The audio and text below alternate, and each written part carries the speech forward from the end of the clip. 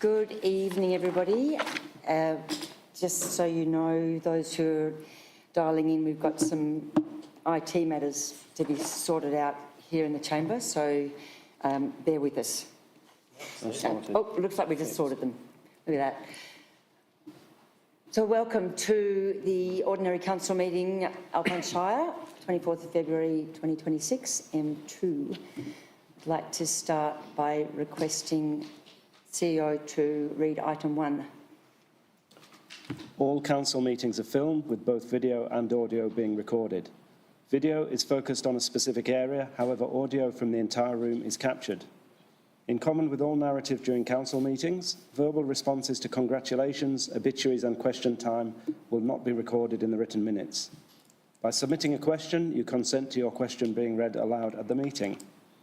The reasoning behind recording council meetings is to hold us more accountable and to improve transparency of council's decision-making to our community. The full meeting is being streamed live on council's YouTube channel, which is Alpine Shire Council, and will also be available on the YouTube channel shortly after this meeting. Thank you, Mr. Jeremy. Item 2 is acknowledgement of traditional custodians and recognition of all people, and I invite everyone to stand. Alpine Shire Council acknowledges the Tongarong peoples as the traditional owners of the lands on which we are meeting today. Council also acknowledges all of the traditional owners of the wider lands of the area known as the Alpine Shire. We also acknowledge those people who have contributed to the rich fabric of our community and who strive to make wise decisions that will improve the quality of life for all. Thank you. Item 3 is confirmation of minutes. They have been circulated to councillors and are moved by Councillor Byrne, seconded by Councillor Anderson. Any comments or questions about the minutes? No. We'll take that to the vote then. All those in favour? That's carried unanimously. Thank you. The next item is apologies, and we have an apology from Councillor Tanzen, who is away on a personal matter. Item 5 is obituaries and congratulations, and I'm going to start on my left with Councillor Smith. Yeah, just a congratulations. Most people in the Shire would have been watching the Winter Olympics over the last couple of weeks, and one of our locals from Mount Beauty, Phil Bellingham, this was his 4th Olympics. Fantastic achievement. It's been 4 Olympics. He made the semi-finals in his event. I think it's just a great thing for the Shire. We've got so many skilled people. Also, Brighter Days Festival is coming up in the long weekend. I know they're in need of volunteers, so if anyone is listening out there, it'd be great if we can join that. It's a really good event that raises millions of dollars for sick children. So, yeah, that's all for me. Thank you, Councillor Smith. Councillor Ronco. Nothing, Molly. Councillor Graham. No, nothing, Molly. Councillor Byrne. Councillor Anderson. Councillor Nicholas. I would like to congratulate the people who ran the Dettering races on the weekend. It was another absolutely fabulous day, despite the weather forecast being 34, 35 degrees, right when the race was run.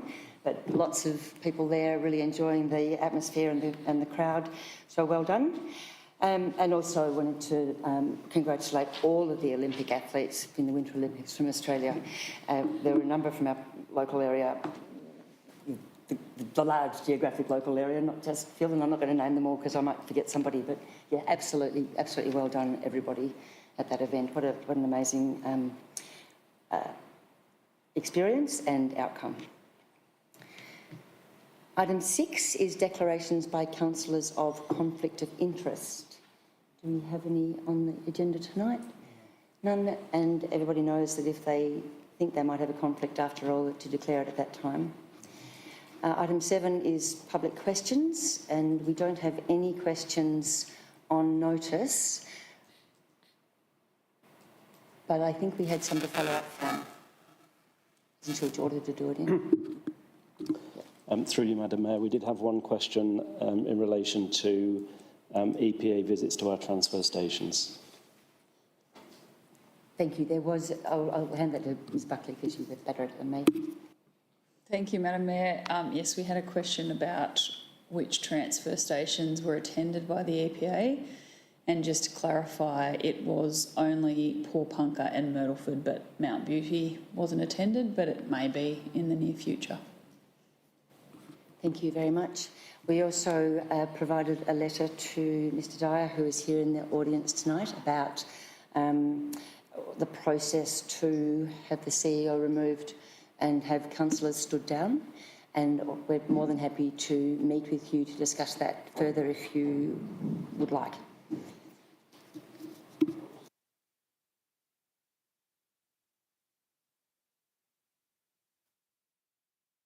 I believe you have a copy of the letter at this point in time. Two copies, even better. Yep. Perfect. Thank you. Okay, I now open the floor to questions from the floor and invite people to come to the microphone, state who they are and where they're from, and ask their question. Mr Dyer.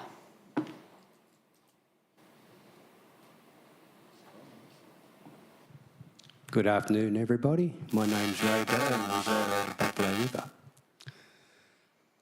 My question's to the CEO.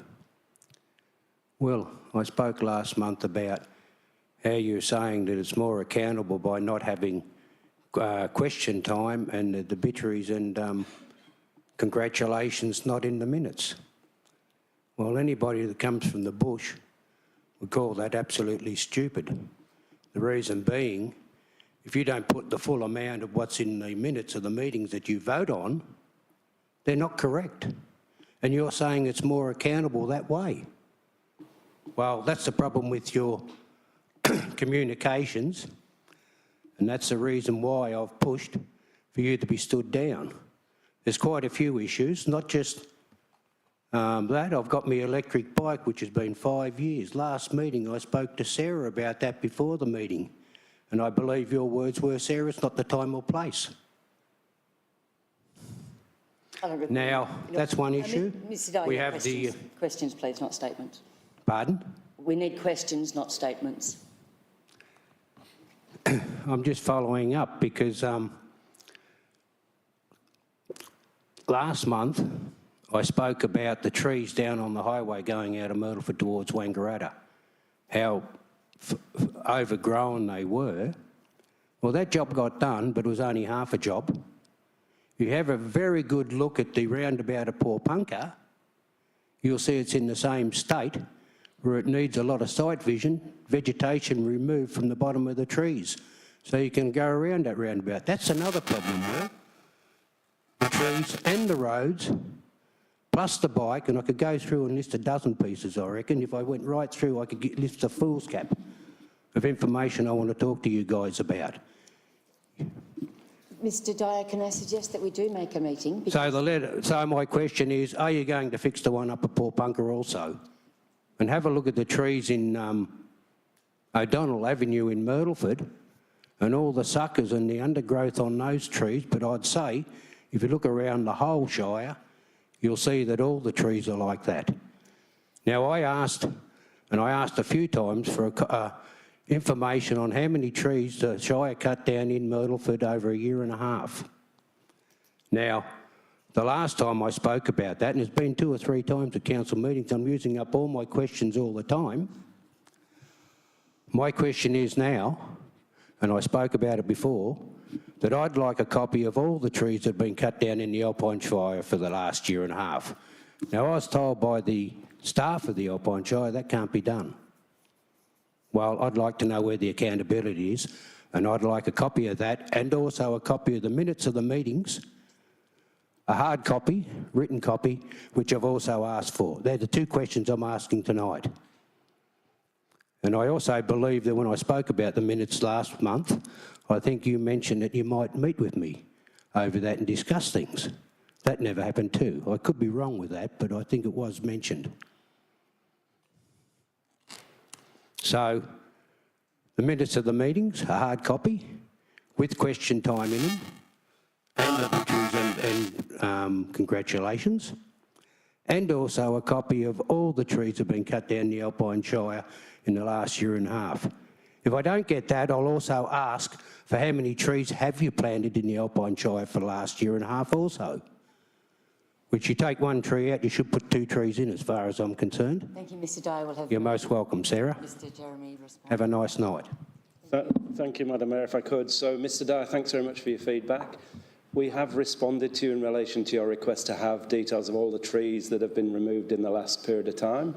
The letter that we issued you very recently explains the process. If you're unhappy with that response, what the next steps are for that. We're happy to talk you through what the next steps are to escalate your complaint now that you're unhappy and you've reached the end of the road with the officer. So we're happy to talk you through that. And essentially, that would be then a complaint to the Victorian Ombudsman about the level of service that you're being provided by council. But we can talk you through that and ensure that you're clear on the steps. In relation to your request around the minutes, I am happy within the period between now and the next council meeting, we will write to you formally to respond to your request to have written obituaries and question time in the written minutes. We'll do that. You will put a meeting. No, Mr Dyer, let me just repeat, we will write to you.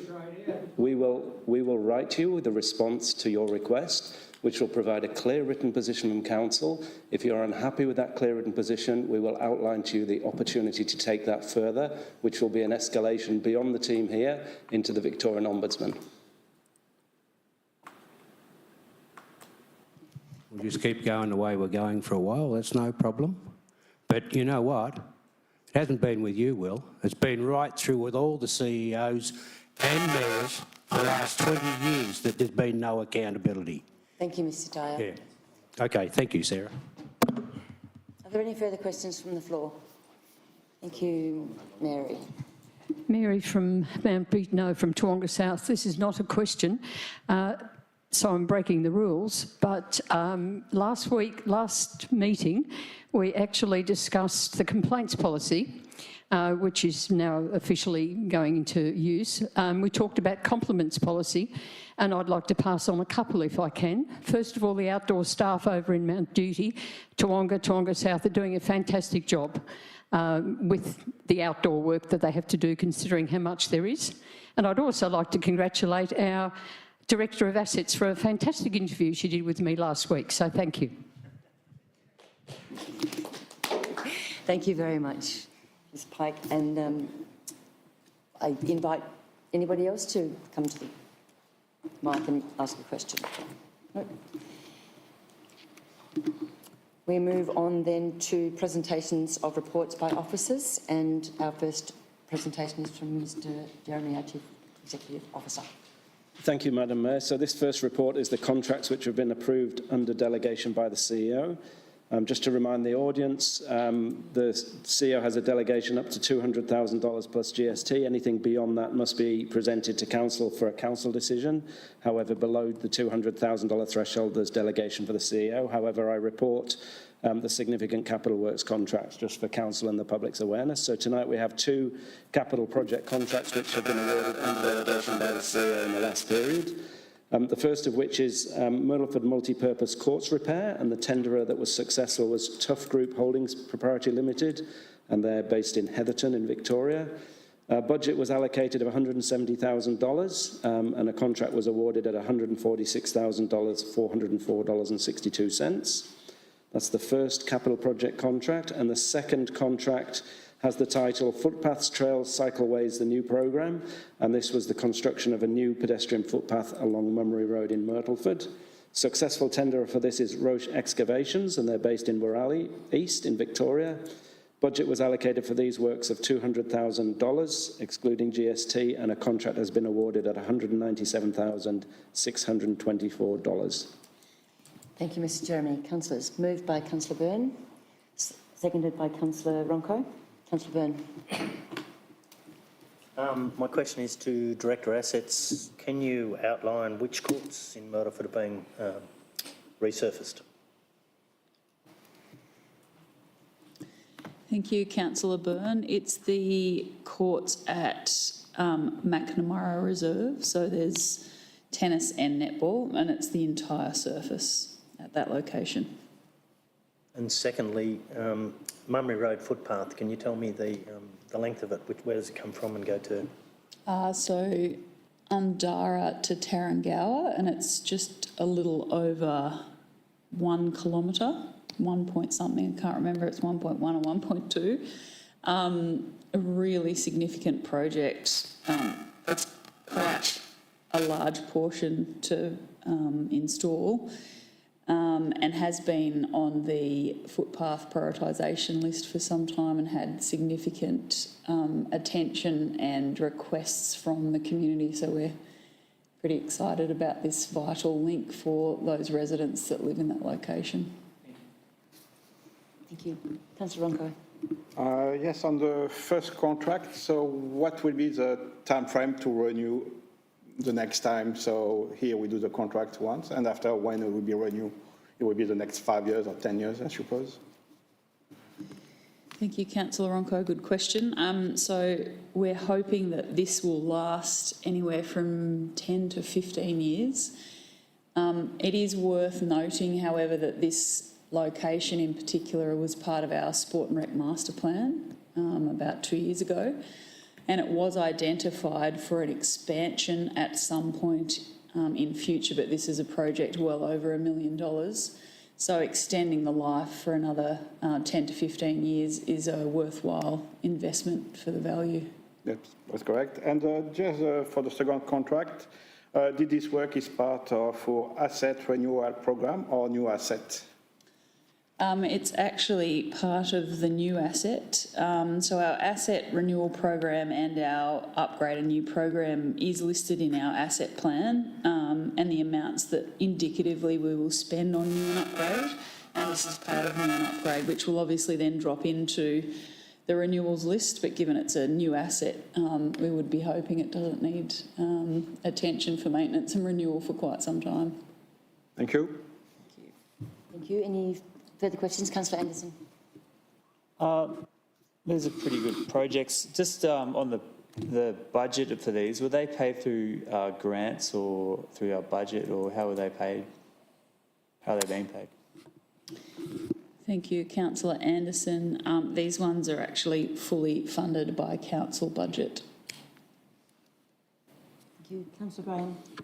Thank you. Just really quickly on the footpath, what will be the surface finish of the footpath? Stone chip, cement, other?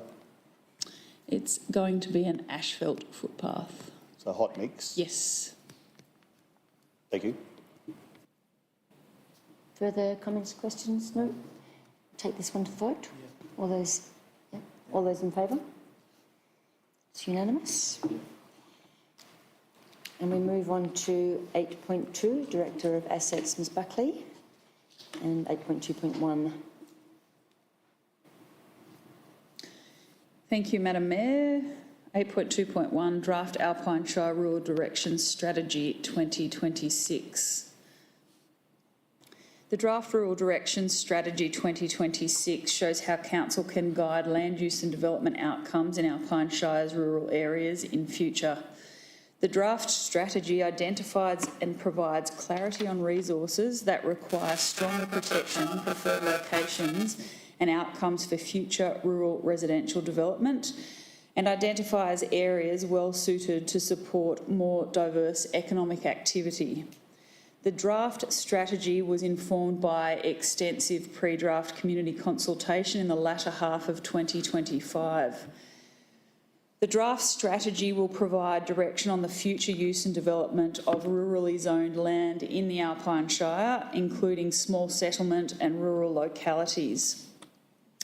The draft strategy will aim to clarify where strategically significant agricultural land is located, preferred locations for competing land uses in rural zones, the actual and preferred settlement boundaries, the preferred location for renewable technology, where valued significant landscapes are located, preferred future locations of freight, manufacturing, energy or logistic locations based on assessment of strategically significant agricultural land, and also preferred location for agri-tourism and related uses. Agriculture is an important contributor to the economy of the Alpine Shire, providing a gross value of $72 million in 2021 and employing more than 10% of Shire's workers. Alpine Shire is home to regionally important commodities such as hops due to prevailing climatic conditions, fertile soil and water supply. Alpine Shire is home to significant timber production in the Ovens Valley on land with steep slopes. Visitor expenditure was estimated at $379 million in 2019. The findings of the Comprehensive Alpine Shire Rural Direction Strategy Background Report in 2025 were summarised into the Alpine Rural Direction Strategy Issues and Opportunities Paper 2025. The paper identified several areas that are facing acute challenges relating to rural land, including the Buckland Valley, Buffalo River, Dedarang, Freeburg, Harrietville, Mudgegonga, Toowoomba and Wandillagong. There was initial pre-draft community engagement conducted between the 19th of May 2025 and the 3rd of August 2025. From this, Council received 189 pieces of feedback across all engagement activities during this period. The key themes from this feedback are actually included in the report this evening. I won't go into detail.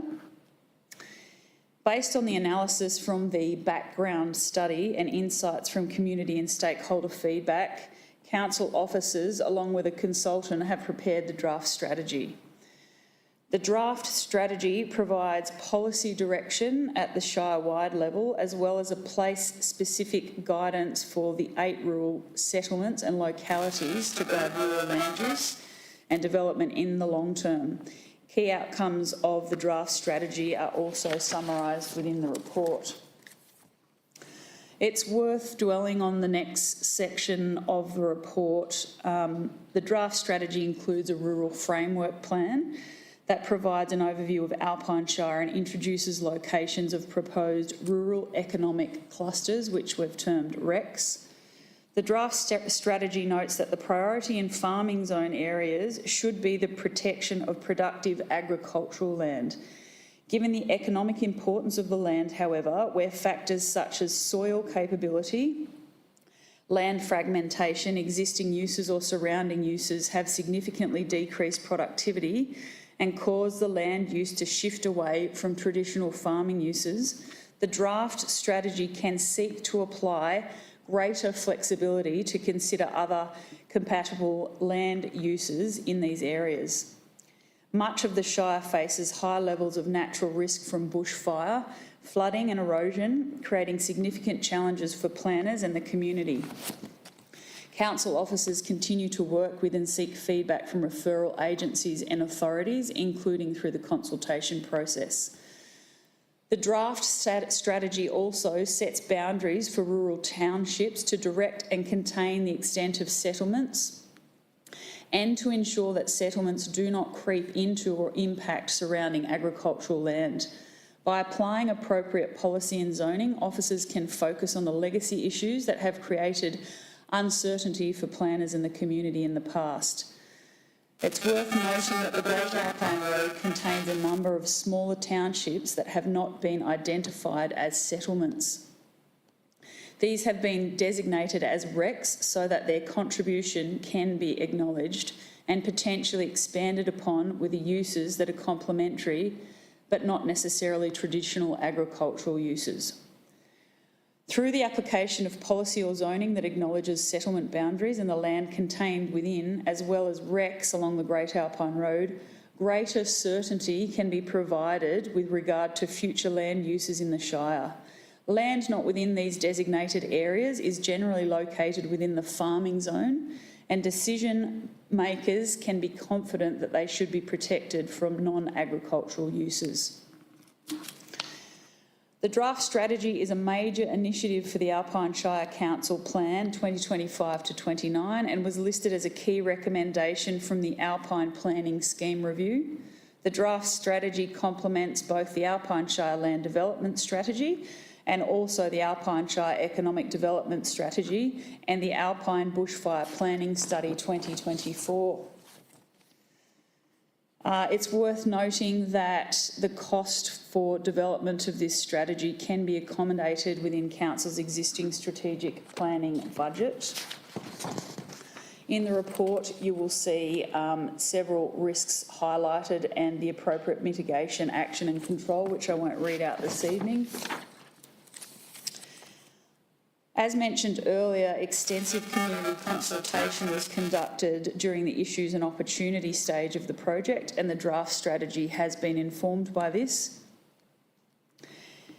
Council officers are seeking community feedback now on the draft strategy and proposing an engagement process for 6 weeks.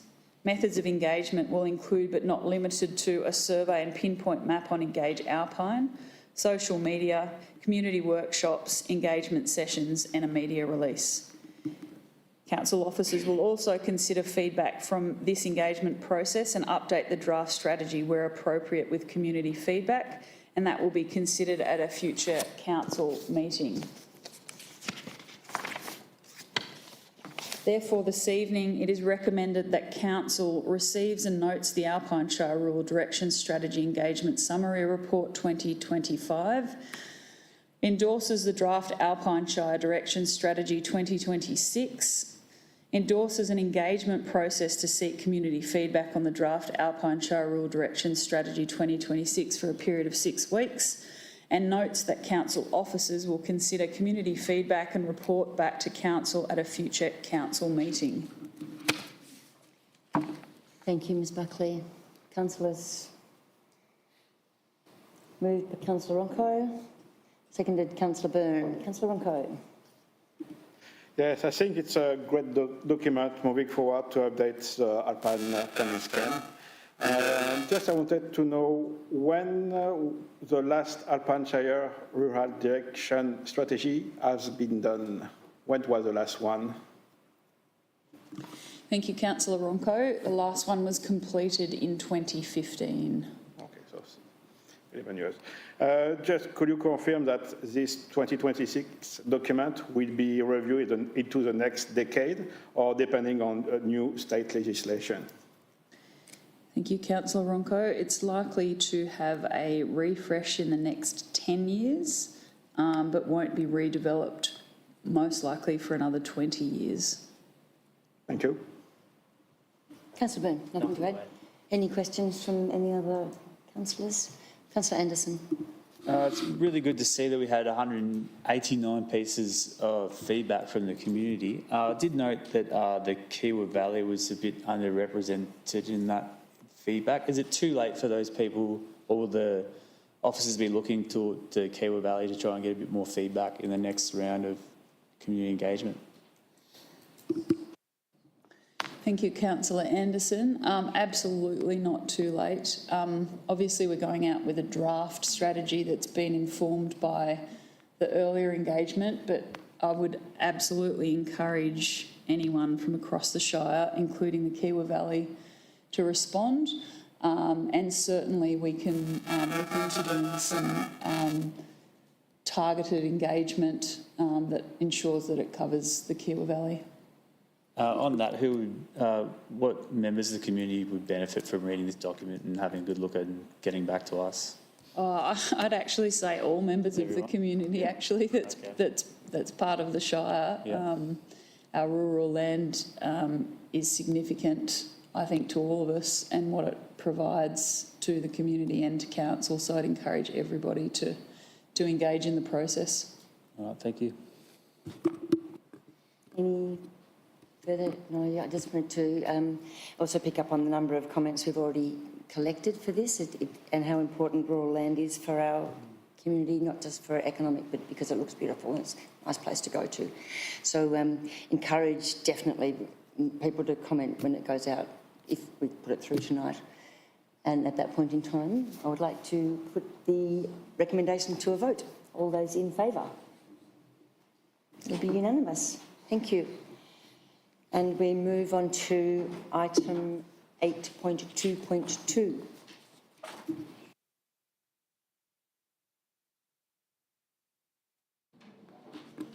Thank you, Madam Mayor. 8.2.2, gravel road reconstruction and resheeting 25-26. This report relates to the award of a contract for gravel road reconstruction and resheeting program 25-26. Council's road renewal program is part of the annual capital works program that restores, rehabilitates and renews an existing road asset to its original service potential. The gravel road reconstruction and resheeting program is part of Council's annual road renewal program. Council undertakes works each year on road segments identified and prioritised through its routine condition inspection program. The 25-26 program is scheduled for the completion of approximately 6 kilometres of unsealed road and works, which include road and drainage shaping and reforming, culvert renewal and the renewal of the gravel pavement surface for that length of the 6 kilometres. The roads included in the 25-26 program are a combination of roads that were previously on Council's Register of Public Roads and roads added to the register following the recent review of Council's Road Management Plan, and those public roads are listed in the report. The tender documents were downloaded by 18 prospective tenderers and 6 responses overall were received by the closing date. The key selection criteria that they were evaluated against is also listed in the report. Following the assessment of the tenders, it was determined that the tender from McPherson's Earth Moving Contractors Pty Ltd best met the requirements of the selection criteria. Worth noting that we have a total budget this financial year of $425,000 that was allocated to the program, and the contract value is below that, $400,832, and it's inclusive of all work specified within the tender.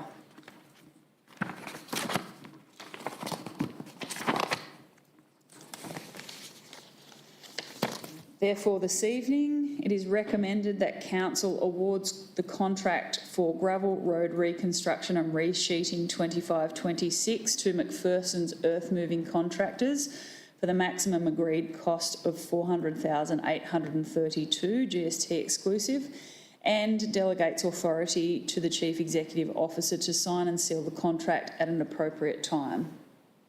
Thank you, Ms Buckley. Councillor Byrne. Councillor Smith. Councillor Byrne. Director Buckley, with the gravel road reconstruction, do we utilise a rolling program, much like we do for the seal roads from lower ovens to upper ovens, etc.? Thank you, Councillor Byrne. Yes, we do. So we do annual, we have a road condition assessment that's done every 5 years, and then annually we follow that up with a field condition assessment to determine which roads. And for purposes of efficiency, we try and ensure that that's done valley by valley. On occasion, particularly this year, because we've incorporated roads that weren't previously on our register, that can eke out of said valley, and those works become a higher priority. I note we've got 4 new roads added to our register. Is that the total amount of new roads added this year? Thank you, Councillor Byrne. No. So when we did the road management plan, there was a significant amount of particularly gravel roads that were not on our register but that serviced residents.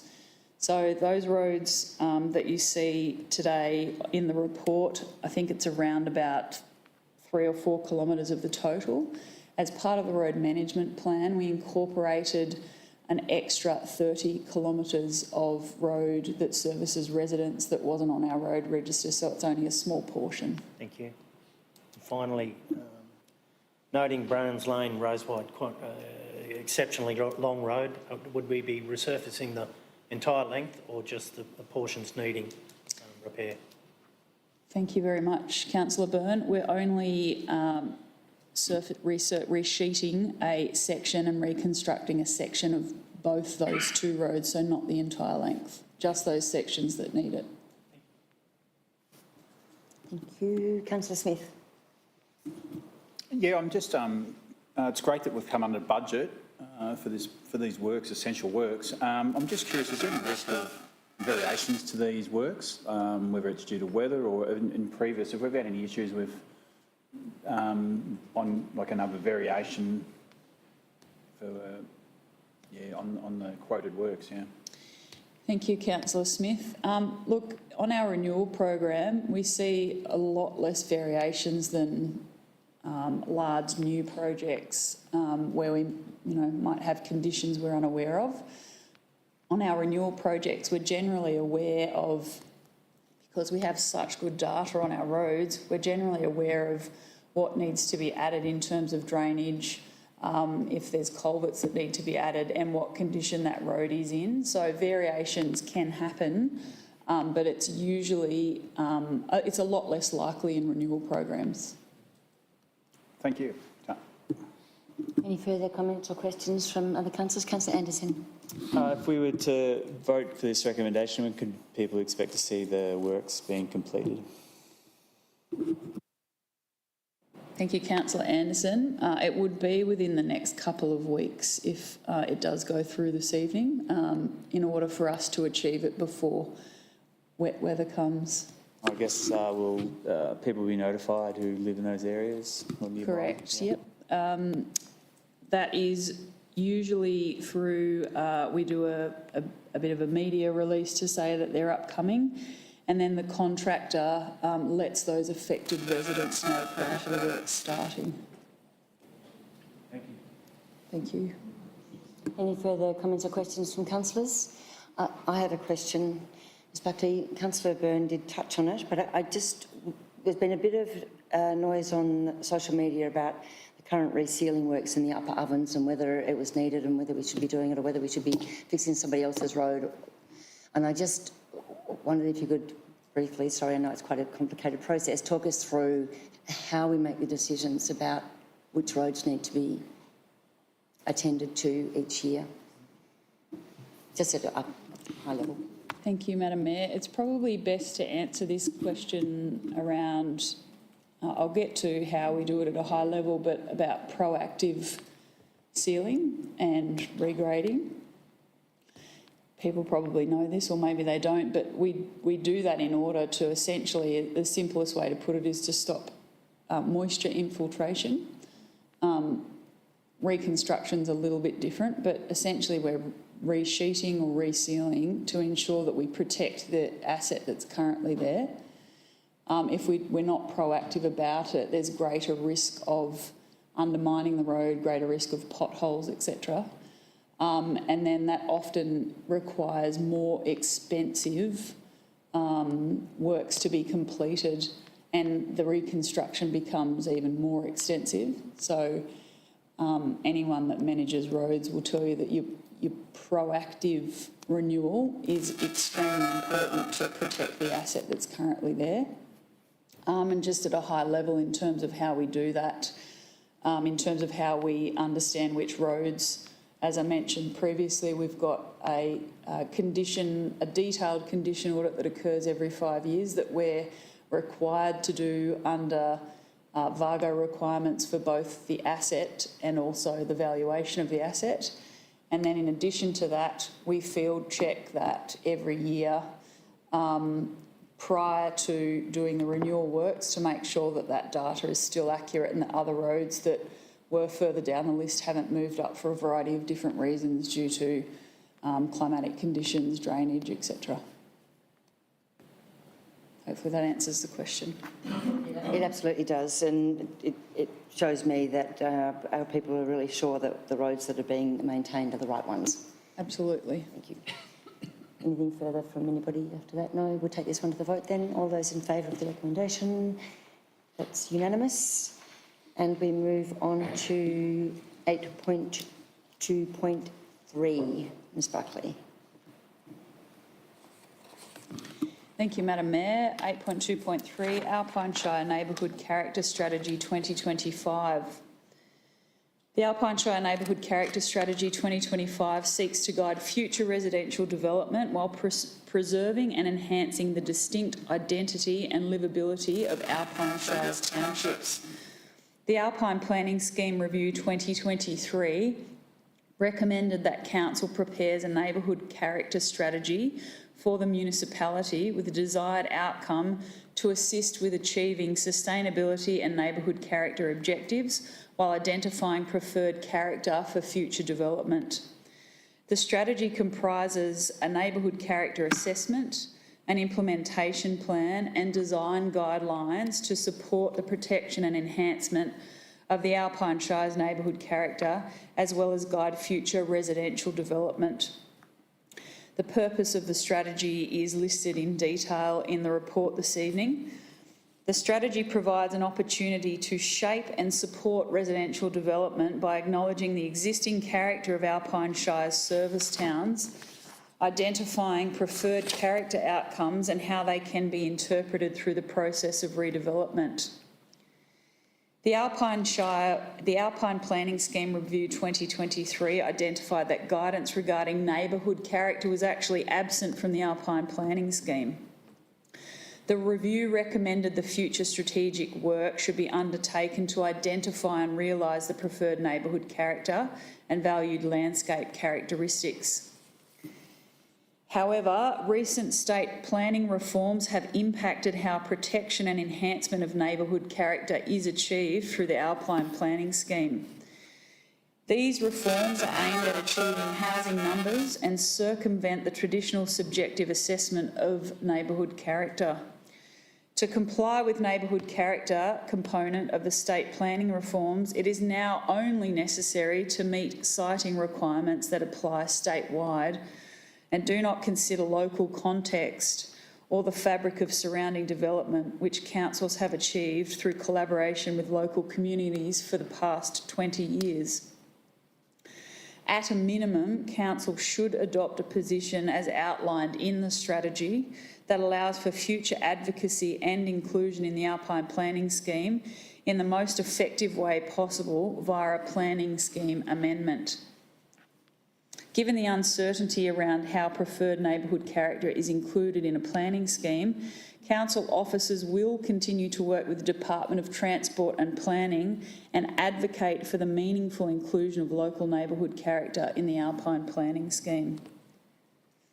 It's worth noting that the Alpine Shire Neighbourhood Character Strategy has been fully funded by council in two sections. The first section, $46,470, and the second section, $86,166, both amounts excluding GST.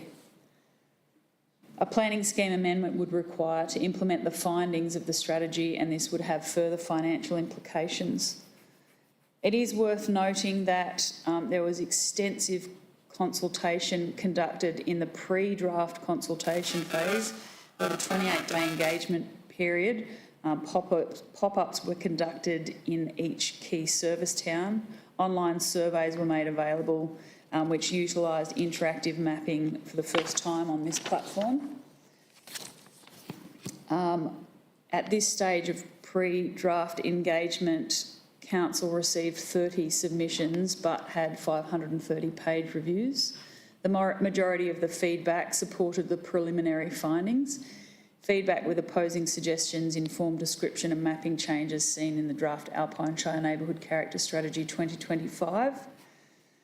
Further consultation was undertaken as part of the draft consultation for the strategy across a 28-day period, so the second round of engagement. Feedback responses were via online survey through the Engage page. There was 240 page reviews and we received 10 submissions only. All submissions were considered prior to the final document review.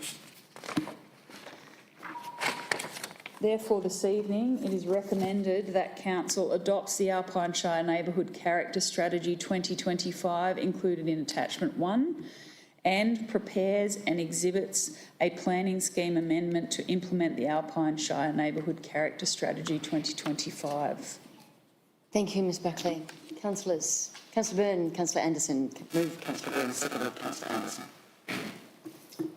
Director Buckley, could you outline where the planning amendments will be exhibited?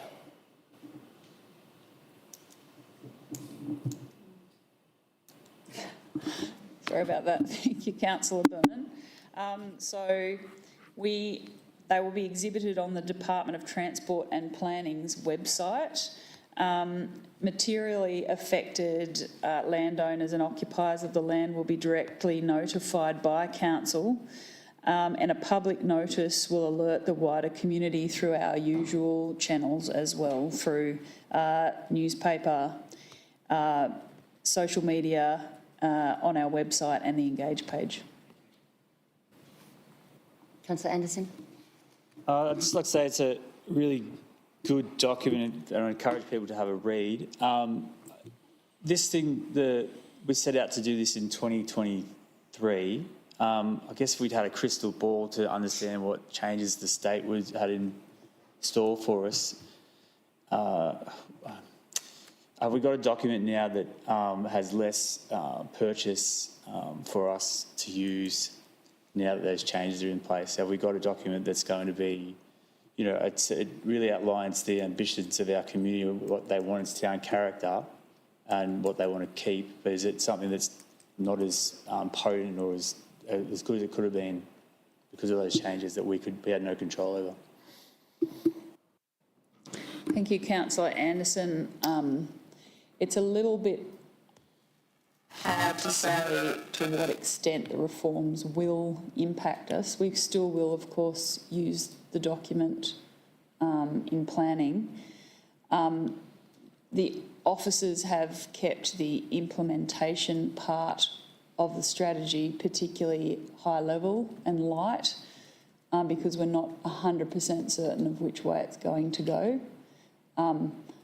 I absolutely think it was well worth doing. It was part of what the review called for, and I hope that it will be utilised, if not but for guidance as part of new developments when council is approached.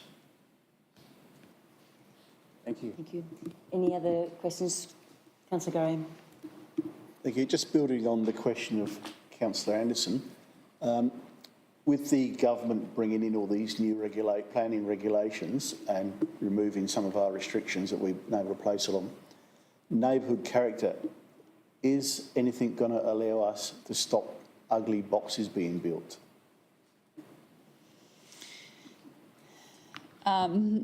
Again, thank you, Councillor Graham, just to reflect back on, we're not 100% certain of exactly the extent that it will impact us having formed this document, but certainly officers will continue to work with state government to try and determine how we can implement this that we've put a lot of work and effort into. So stay tuned.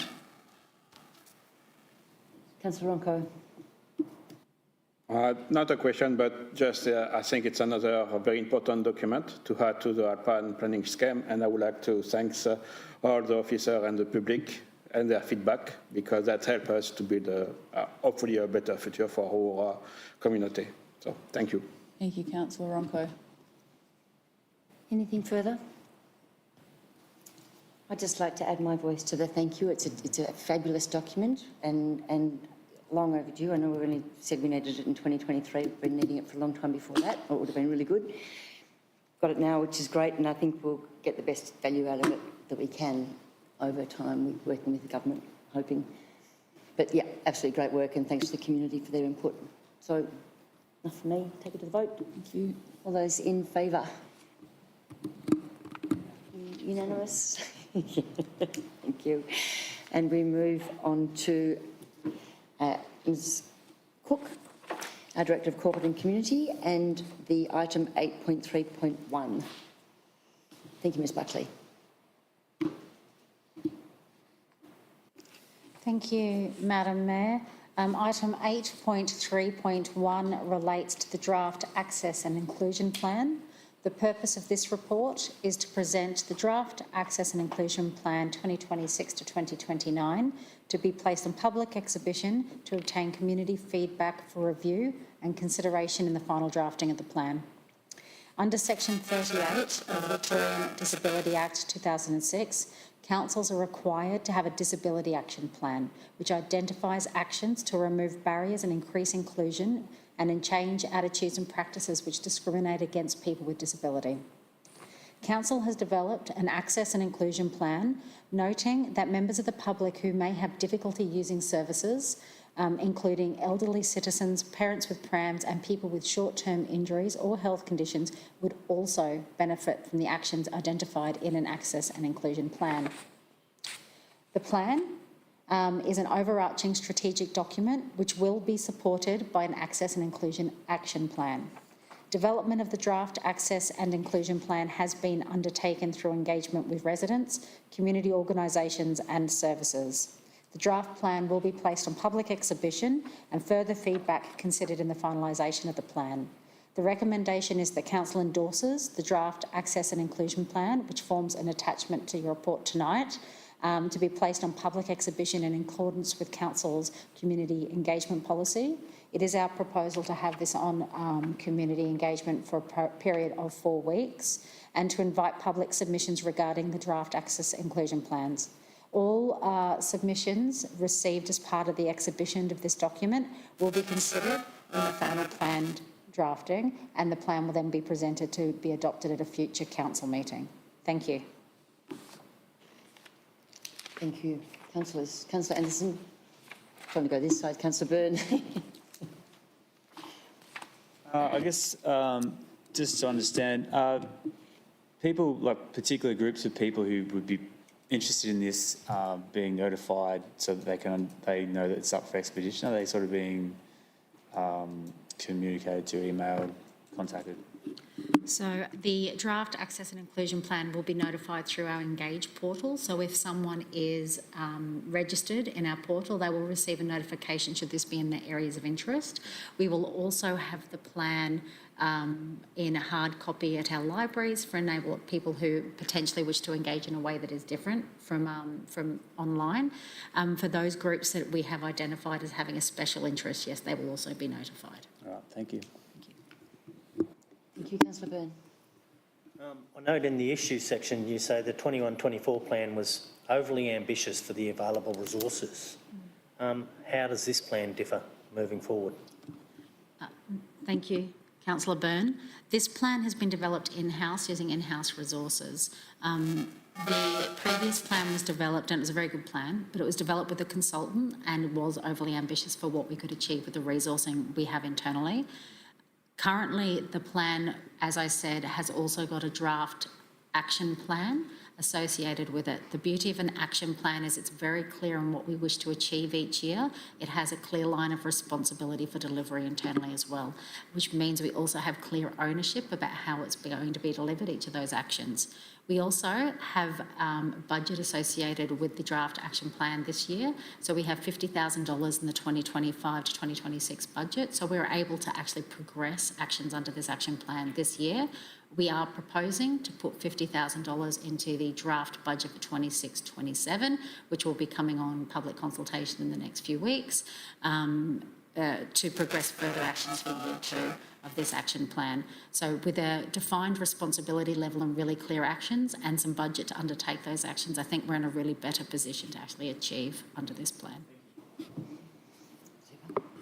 Anybody else? Councillor Ronco. Just a comment again. I would like to thank all the officers for this plan because, I think this plan is a great evolution from the previous one and with more targeted action to deliver the next 4 years. So congratulations. Thank you. Thank you very much, Councillor Ronco. I'll pass that on to the team. Thank you. Anybody else? No? We'll take this one to the vote. All those in favour? It's carried unanimously.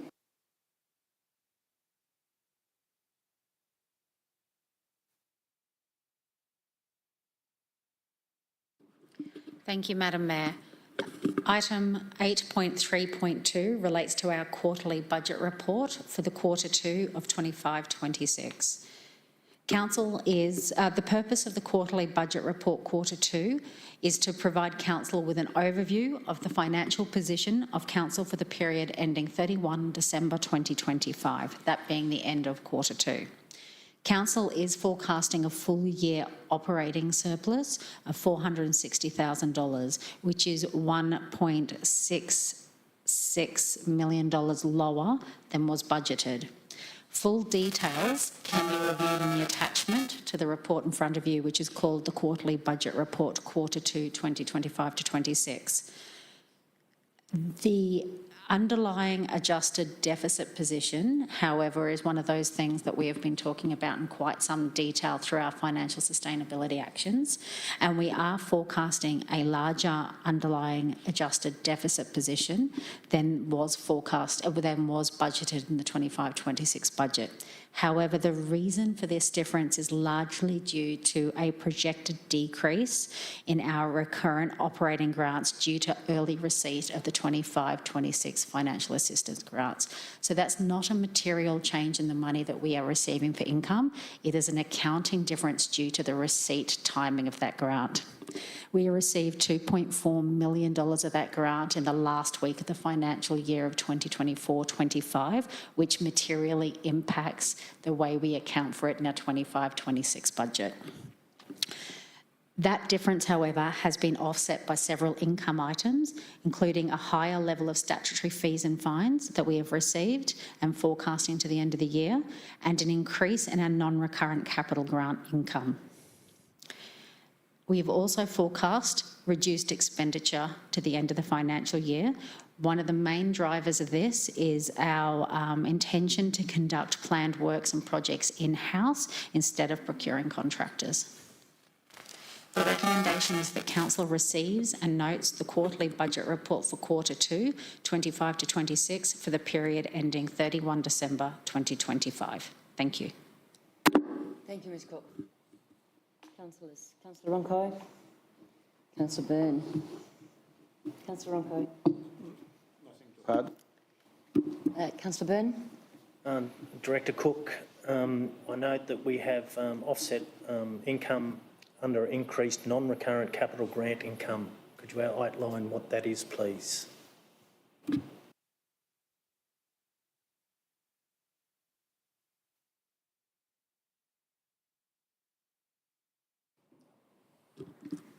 Thank you, Councillor Burns. Sorry for the delay, a slight issue with my microphone. The capital non-recurrent grant income that was unbudgeted in the 25-26 budget but we have received is for the Bright Skate Park upgrade and the Mount Beauty Recreation Reserve Cricket Net project, which totals $306,000. Thank you. Any further comments or questions? Councillor Smith. Part of the savings were from doing some internal works with our own staff. I think that's fantastic that we've got skilled workers that can do that. Can you identify any of the works that we're doing internally ourselves? Director Assets, are you happy to take that question? Thank you, Councillor Smith. There's a variety of works that we've been undertaking over the most current financial year, which has been anything from slashing and spraying right through to footpath maintenance jobs, which we previously had to rely on contractors for. In order to achieve this, staff have been provided with the right tools and the appropriate amount of time for efficiencies across different jobs. So largely spraying and slashing and footpath maintenance, and some tree maintenance as well. Yep, it's fantastic. We can save that money, I think, that way. Thank you. Thank you, councillors. Any further comments or questions? Nope. We'll take this one to the vote. All those in favour? That is carried unanimously. And we move on to 8.3.3, closely linked. Thank you, Madam Mayor. Item 8.3.3 is our Financial Sustainability Report for Quarter 2 of 25-26. Council's financial sustainability strategy has been developed to reflect Council's commitment to long-term planning and sound financial stewardship. It seeks to address our financial sustainability challenge through a series of strategic and operational actions which are to be undertaken through the current Council cycle.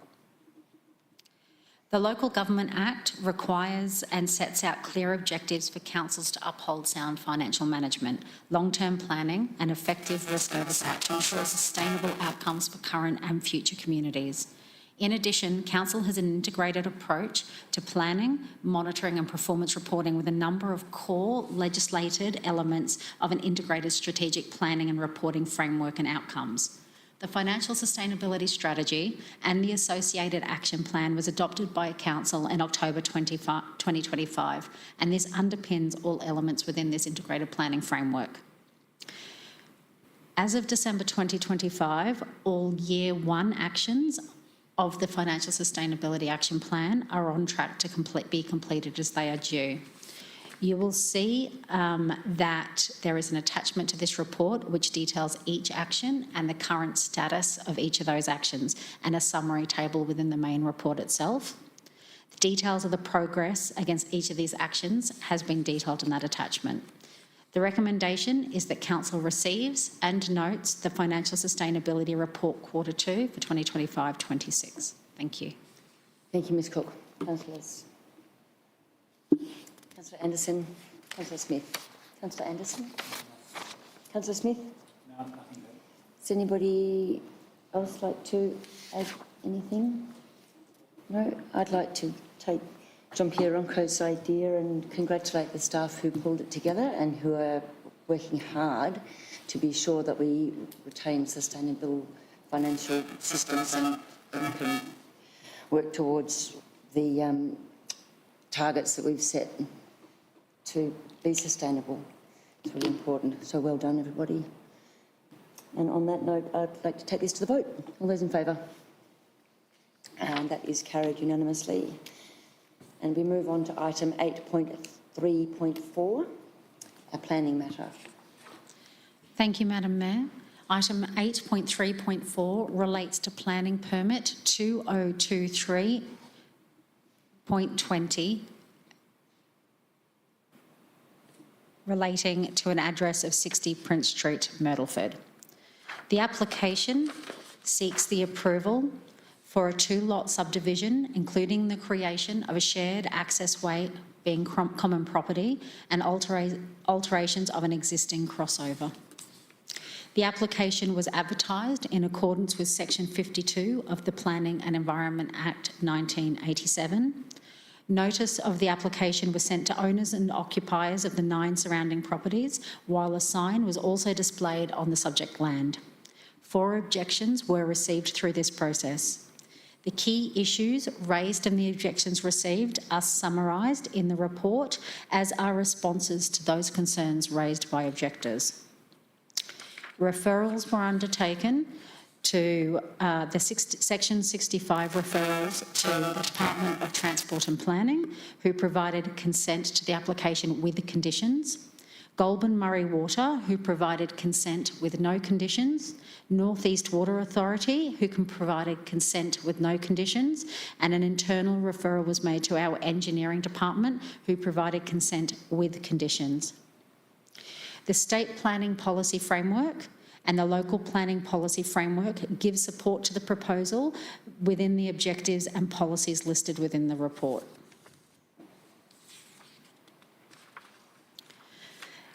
It is considered that the application is consistent with the Alpine Planning Scheme and should be approved for the following reasons. The proposal is consistent with the provisions of the Alpine Planning Scheme. The proposal is consistent with the purpose and decision guidelines of the General Residential Zone and Clause 52.29. The subdivision will provide additional housing opportunities in a location with convenient access to reticulated services and community facilities. The subdivision has been designed to respond appropriately to the existing subdivision pattern and character of the area and complies with the standards and objectives of Clause 56.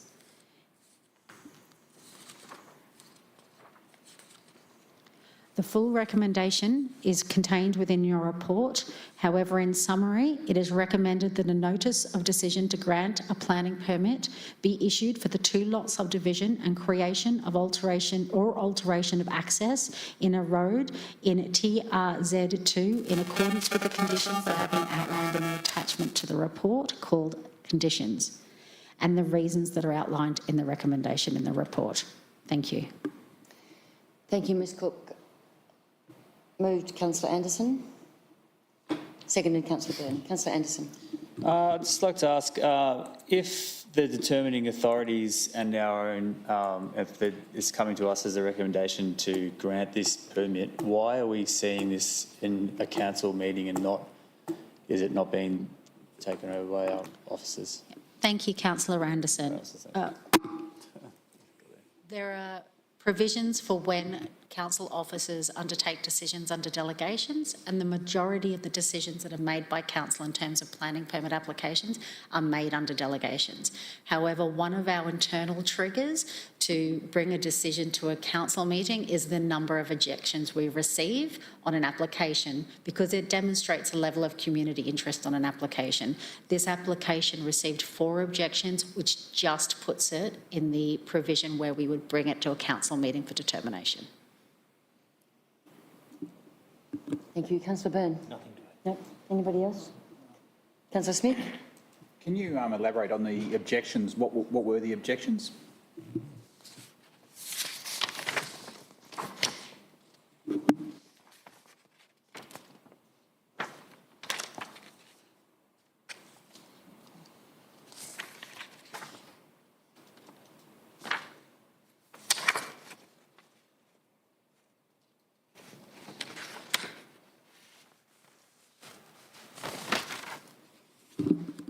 Thank you, Councillor Smith. Sorry, I was struggling to find it in my report. So there were the objections in summary. So these are the summarised objections. There were concerns regarding the location of the proposed driveway. There were concerns regarding the potential construction of 2-storey dwellings on the new lots and associated amenity impacts associated with that construction, which would include overshadowing, overlooking, and a loss of privacy. There were concerns regarding potential parking and noise issues, and concerns that the developer may obtain building approval from another municipality whose understanding of the site context could be limited. Any further comments or questions? Ms Cook, do objectors have a way forward if they wanted to take this further? Thank you. Thank you, Madam Mayor. Yes, should objectors wish to take, should council make a determination on this application, and should objectors not be happy with the determination that is made, then the avenue of taking your application to VCAT is one open to all objectors. Thank you, and I assume the other way around if we... Yeah. Yes, Madam Mayor, it goes in both directions. Thank you. Okay, councillors. Nothing else to add? We'll take it to the vote. All those in favour, the recommendation as it stands. That is unanimous. Thank you. And we move on now to informal meetings of councillors and a recommendation to note those meetings. And for those who are interested, the meetings are... There's more detail about what the meetings actually are in our attachments, in the attachments to the agenda. Councillors, we're receiving Councillor Ronco, Councillor Anderson. Anything to comment on? Or questions? No? We'll take this one to the vote. All those in favour, it'll be unanimous too. And we move on to item 10, presentation of reports by delegates. And I'm going to start with Councillor Smith again. Let's swap around this time. No, nothing tonight. Okay, no. Councillor Ronco? Nothing. Councillor Graham? Councillor Byrne? Councillor Anderson? No. Okay, I've got a really long one because I'm not going to do the whole lot, but both the CEO and myself went to Rural Councils Victoria launch of their election platform, and there was a sort of training as well. There was training about advocacy and there was training about media, both of which were really good sessions, and I'm looking forward to actually sharing some more about this with the councillors. And their election platform is basically, how much? $1 billion over the next 4 years to be spent in rural region areas. So it's pretty simple, but it's also potentially effective, yeah. They do have some more information about, you know, the sort of things that we might need, like transport. I don't think they've got swimming pools, but anyway. So anyway, it was a really, really worthwhile day, even though it was a huge day, and I thought I'd let you hear about it. That's all from me, and so we move on to general business, and I'm going to start with Councillor Anderson, general business. Nothing, Councillor Byrne? Nothing to add. Councillor Graham? Councillor Ronco, Councillor Smith? I have some. On International Women's Day, which I think is March the 7th, I should know, shouldn't I? Myrtleford is on show. The Historical Society is doing some photographic display about women, which I will be part of opening early in the morning at the Uniting Church, and their market will be operating at the old school, and the Myrtleford Town Garage sale will also be on. And I think this year it's really worth a special mention because there's a young local person from Myrtleford who's driving where the money that's raised from the garage sale will go, and it's going to Police Legacy in recognition of the tragedy in Porepunkah earlier in the last year, I should say. So congratulations to Myrtleford for really putting on a show coming up. That's all I've got. Mr Jeremy. Thank you, Madam Mayor. I'd like to note that next Thursday, the 5th of March, Council is hosting a meeting of the Tungarong Local Government Forum, which is a really important gathering. So the Tungarong Local Government Forum is a forum which is set up to further the interests of the Tungarong Registered Aboriginal Party on those local government areas that its land intersects. So there's 15 councils who have an interface with the Tungarong. And the forum's been established. Sitting on the forum are the CEO and the mayor of each of those 15 local government authorities. And they've all been invited to attend the forum meeting here in the Alpine Shire next Thursday. And it's a pretty exciting opportunity to further some of those initiatives that are of mutual benefit for our community and for the Tungarong on Tungarong country. So pretty excited to be seeing that taking place in Bright. Thank you, Mr Jeremy. So we move on to item 12, motions for which notice has previously been given, and there are none. 13, reception and reading of petitions, there are none. 14, documents for signing and sealing, there are none. 15, confidential reports, none. 16, closure of meeting at 6:12 p.m. Thank you, everybody, for tonight.